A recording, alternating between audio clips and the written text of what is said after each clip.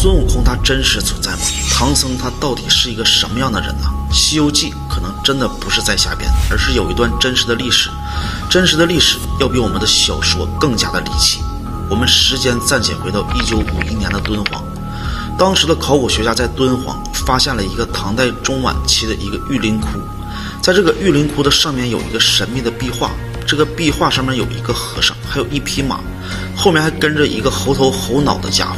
这个猴头猴脑的人呢，还带上一个金箍。当时大家看完这个场景都惊呆了，这不正是西天取经吗？可是时间的点却对不上了，因为《西游记》是明朝人写的小说，当时那个唐僧和孙悟空怎么可能出现在唐朝的壁画中呢？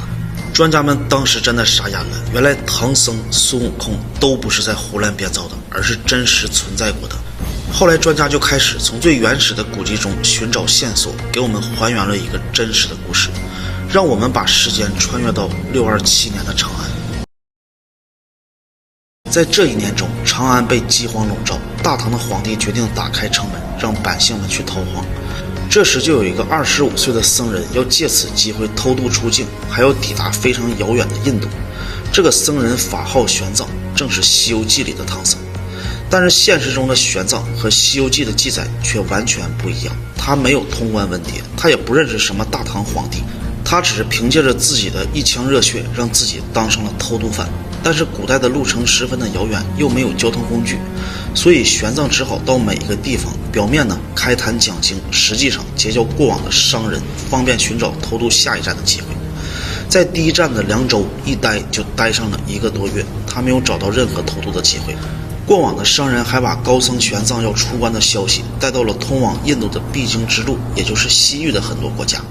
但是这个消息传出去，却给玄奘惹来了杀身之祸，因为传播的消息太快了，传到了凉州主管偷渡犯的长官的耳朵里，这能让你走吗？然后马上就要捉拿玄奘。玄奘得知了消息，马上提前偷渡到了第2站，他抵达了玉门关外的瓜州城。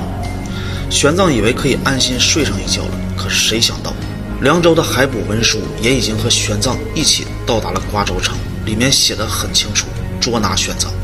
而瓜州城第一个收到海捕文书的官员马上找到了玄奘，当面撕毁了文书，还表明了自己佛教教徒的身份，说让玄奘马上离开，其他的一点忙都帮不上。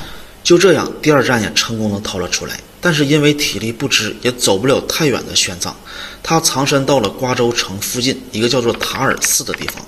这个塔尔寺至今依旧还存在着，大家如果去旅游都可以看得到。